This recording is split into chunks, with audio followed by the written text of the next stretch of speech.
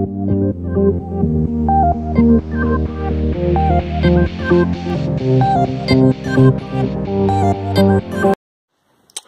my name's Dave. If you're watching this, I'm probably dead. I'm just kidding. It's not that kind of video.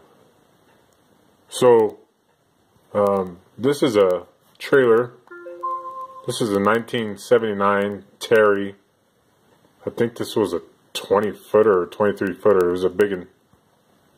And I don't know if I could say I restored it, but I did a lot of work to this, including painting, resealing the entire roof, painting the entire unit inside and out, putting in a new black tank, new wheels, new tires, the whole deal. So it was a good experience, and then just life has moved on.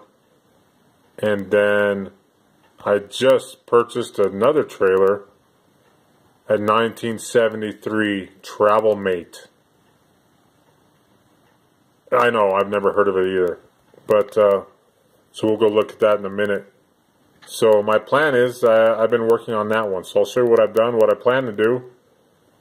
I've learned so much by watching videos of people. So I'm hoping that somebody might learn something from me, or it can just add to the collection of knowledge.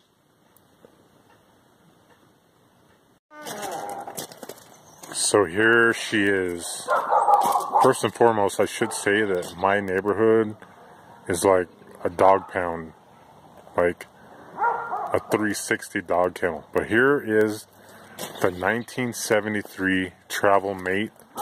It's about 17.5 feet. Oh God, it's gorgeous, isn't it? There she is, Travel Mate. So super hard to find information on it. And what I found out is that in the early 70s there was a huge movement of many travel companies that came and went pretty quickly. So what I spent all day today doing was just getting into these windows and washing them and using the air compressor and blowing them out, washing. Other things I've done is I've taken everything off of this bumper here. I'm just giving it a quick shot of paint, and I'll re-add some stuff to that later. Again, with the windows, that was mostly the project for today, right here in Wyoming. This was interesting. This had all kinds of weird stuff on it, and inside here, which I'll show later because I probably won't be able to open it right now, was a complete disaster.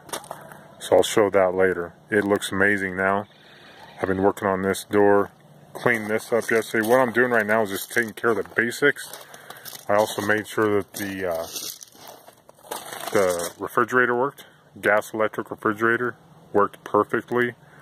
Although I should say inside of it, I mean, I don't know if this was owned by Jeffrey Dahmer at one time. I don't know what was inside that fridge, but it was nasty up in there.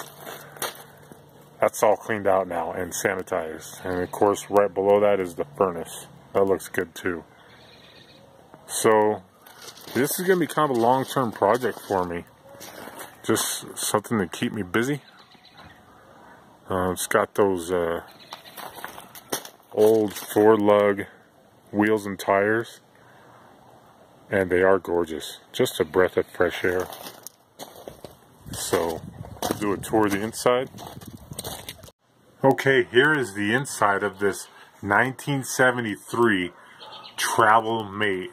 Now I know a lot of you said, Dave, 1973 Travel Mate has been on my bucket list. And I tell you what, it's my lucky day because I got the first one and probably the last one.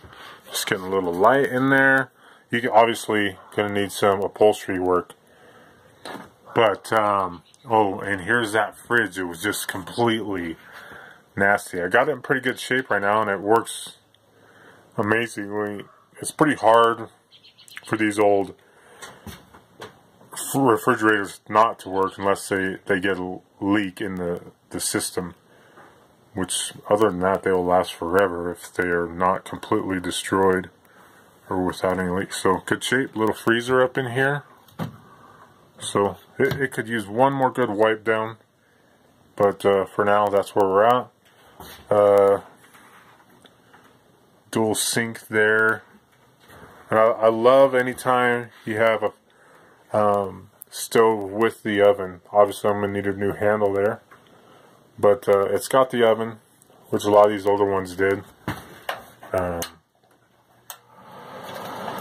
the fan and the light. One thing I did do yesterday was I opened up the vent on the outside and put in some new screening back there just to keep out hornets and critters so they don't crawl up and make some kind of nest up in there.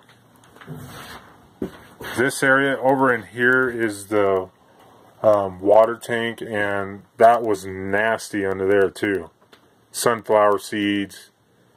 I think there might have even been a diaper. Maybe it was insulation. Look, I don't know. I don't want a lawsuit, but it wasn't good, whatever it was.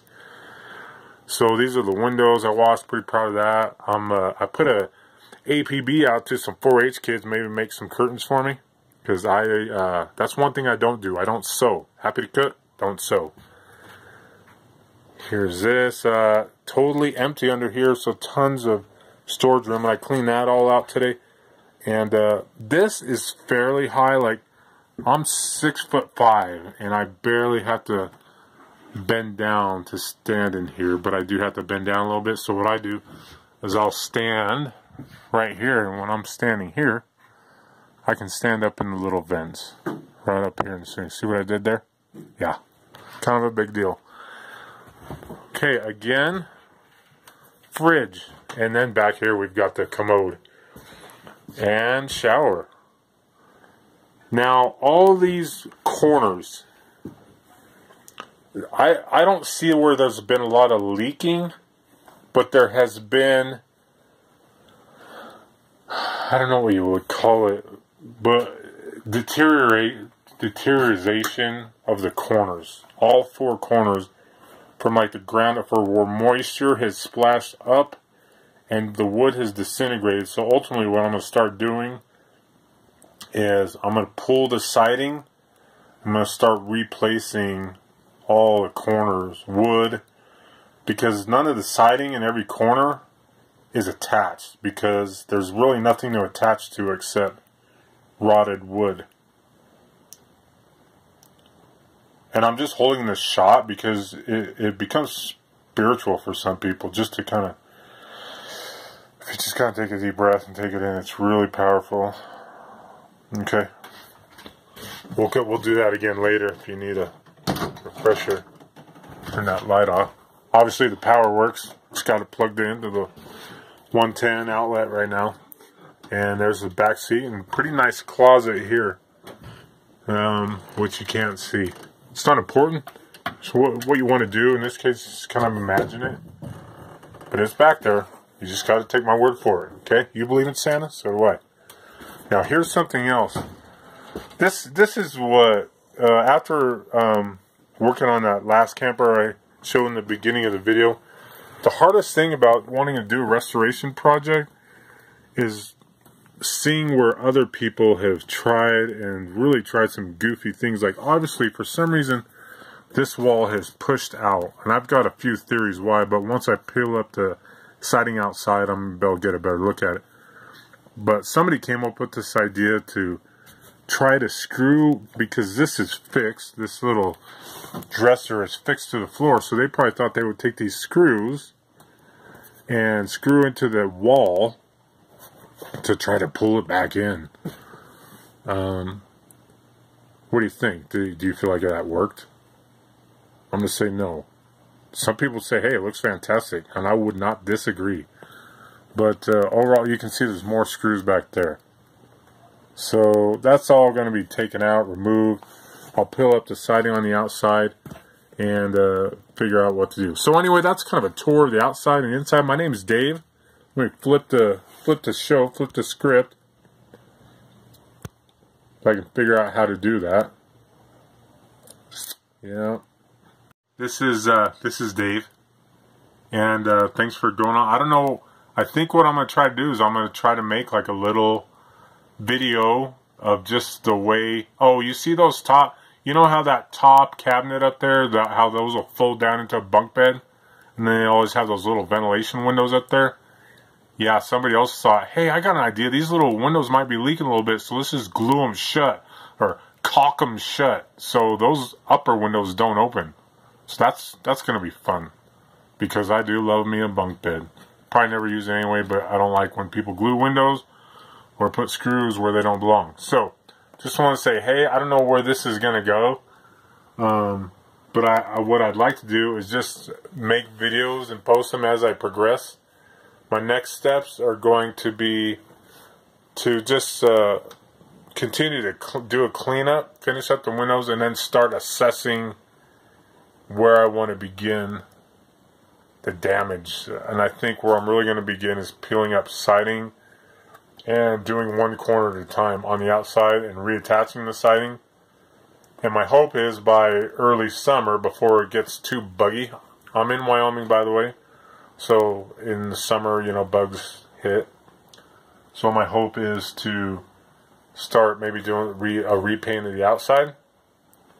And then concurrently, or in conjunction with that, to get some curtains made and get these cushions all reupholstered. And I hope I can find a matching color. And also, I should mention real quickly that there was carpet in here. And a carpeted camper, just, I don't know why. It was horrendous. It was, based on the colors of, I mean, I don't think it was original. I don't think they put carpet in these. But it was even in the bathroom and the shower. So you can even imagine. So that was pretty bad. That's gone, obviously. This linoleum's not in horrible shape. I'll probably do a different floor, though, and try to modernize. What I'm trying to decide to do right now, and I really would look for some advice on this, is should I paint this paneling or remove the paneling and put in some different kind of something. I don't know. I've seen campers where people have gone in and painted them, and I've never been really impressed. Maybe it's just the way you do it. I don't know. To me, it just made it look like somebody painted their camper. So I'm going to investigate that further and open to any suggestions or advice. Some people say you shouldn't paint it because it will hurt the value.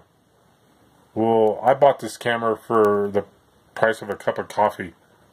It's ridiculous. So I mean, I don't think it has a lot of value. I'm not really worried about the value perspective. I mean, that's why I have a 401k. So I'm pretty happy with that. So, but at the same time, I don't know if I want to do like painting wood paneling. Hey, you got a pair of roller skates and a mirror ball. Maybe we can talk about painting the wood paneling and putting down some shag. Meanwhile, thank you so much. See where it goes from here. Your guess is as good as mine. Thanks.